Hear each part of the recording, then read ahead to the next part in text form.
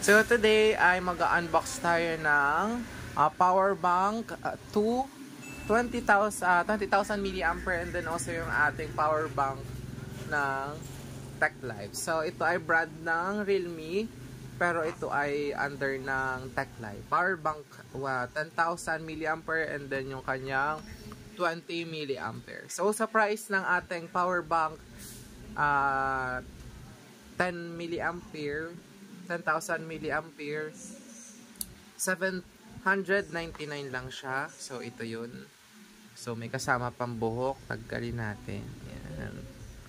Then yung kanyang power bank 2 naman na 20,000 milliampere na, worth 999. Dati itong 1,999, ito'y nagbaba na lang din since mabait sa atin si Realme or sa TechLife. Binigyan tayo ng magandang price. Then same din itong 799, sorry, dati itong 999, ngayon ay naka 799 na lang. So anong pinagkaiba nila? Of course, yung kanilang milliampere, naka 20 yung isa, naka 10 yung isa. So pinakang tanong nyo dyan, ilan yung kaya ng 10,000 milliampere, ilang cellphone ang kayang punuin ito? So estimated nito, kaya nitong pumuno ng 2 cellphone sa 5,000 milliampere battery na cellphone natin. So ayan yung kanyang specs. 10,000 massive capacity, two-way 12 watts fast charge, and then dual output and input ports. So meron na tong yung kanyang saksakan ng cable. Built-in circuit protection. So ito yun sa 10,000 milliampere. Then ito naman yung sa 20,000 milliampere. We have two-way 10 watts fast charge, built-in cables. So meron na siyang mga cables, madami na yung kanyang cables meron. Then built-in circuit protection. So titingnan na natin kung anong nilalaman ng kanyang box. So available color nito guys sa mga store ay may black, and then also expected na natin na yellow. So proceed tayo kay 799 sa 10 milliampere. So sa mga mahilig mag-travel dyan or tinatamad pumunta sa kanilang anong tawag doon? Anong tawag doon sa saksakan? Extension. Yung mahilig lang sa kwarto palagi, then laging nakamuni-muni, pwede to sa inyo, itong inyong bilihin. So ito yung ating 10,000 milliampere battery na TechLife, available color dilaw. So andito na yung ating, pwede tayo maglagay dyan ng ating charger cable. Kung meron kayong, of course may mga charger kayo, then available yung micro, and then yung Type-C.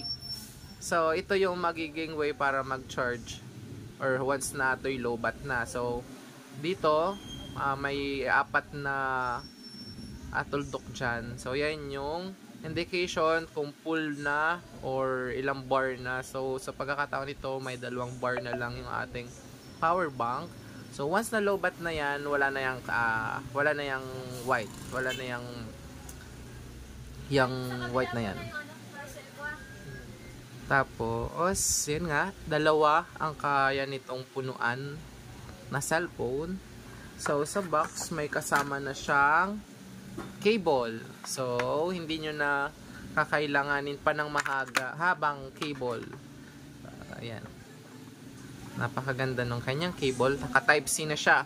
So kung naka micro kayo, pwede naman. Pero wala siyang available na kasamang cable dito sa ating box. So Type-C lang yung available niya. So okay na itong ating 10,000 milliampere battery. Next na naman natin na i-open, ay dito muna natin to. Itong ating 20 milliampere battery. So dito muna natin yung 10,000 milliampere. Pitin lang natin at napapayad. So ito pang malakasan na itong ating 20 milliampere battery, dahil ito ay expected na natin na madaming kayang punan. So kaya na nitong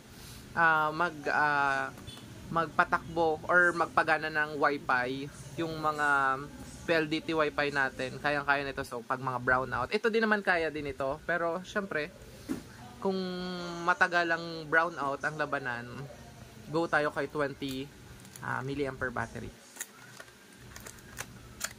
20 milliampere.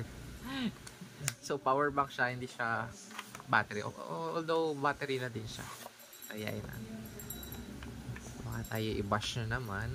So available color ng ating 20 massive ay black. So ito yung ating 20 milliampere. So as you can see guys, meron na siyang cable. Ito yung kagandahan sa kanya, may cable na siyang kasama. Nakaano na siya, nakapix na yung kanyang cable. So may iPhone, may para sa iPhone, and then mayroon ng Type-C, and then meron na siyang micro. So yun yung kinaangas ni ating 20 milliampere. Meron na siyang mga sariling cable. Hindi mo na siya pwedeng tanggalin kasi nakapix na siya dyan. Hindi mo nakakailanganin ng mga charger. So kahit may cable to guys, pwede pa ninyo itong gamitan ng another cable. Yan, huwag magcha-charge pag low bat na yung ating power bank, ito lang ating gagamitin. Yan, Type-C to micro, maalin dyan. So of course may indication din siya ng 4 warning kung low bat na ba siya or full na. So asan yung para mabuhay natin. So yan, may 3 bar tayo, may 3 bar na. So ibig sabihin meron pa tong laman. So palimit bilhin ng mga client yung may mga laman. Syempre baka in case na low bat sa lugar, kailangan nila ng battery. Kaya good siya, meron siyang 3 bar pa. Yan yung kanyang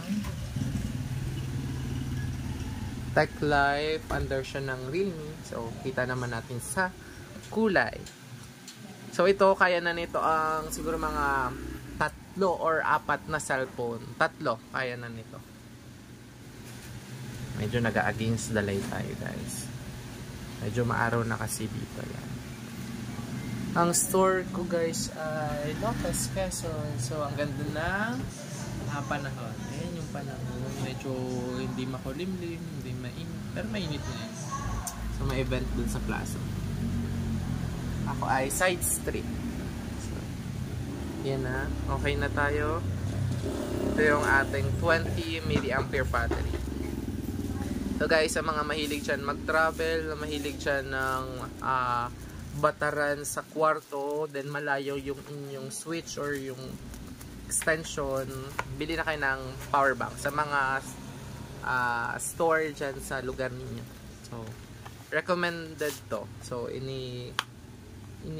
pupush ko to sa inyo na bilhin kasi mura pero napakaganda ng quality nung item na bibilhin niyo. So, pinagkaiba nga nito, ito guys, ito lang yung cable niya, pero not bad din kasi 799 lang siya. Meron ka ng 10 milliampere. Mga budget meal to. Ayan yung cable niya. So, ibabalik na natin to. Sa mga mahilig dyan mag-travel, punta-punta kung saan-saan na, lalo na sa mga linang-linang, kung magbit-bit kayo ng power bank, bilhin nyo to si Tech Life or si Realme Tech Life power bank 2, and then yung ating power bank Tech Life 10,000 massive. So yun lang guys. So bili na kayo nito sa mga store ninyo dyan, sa lugar ninyo. Sulit to gamitin, lalo na to si 20 milliampere, and then also itong 10 massive. Guys, sabihin na kayo. Then thank you, subscribe na kayo sa YouTube channel ko para damihin nyo yung aking mga subscriber ko dyan guys. Mag-unbox tayo ng madaming box. Thank you.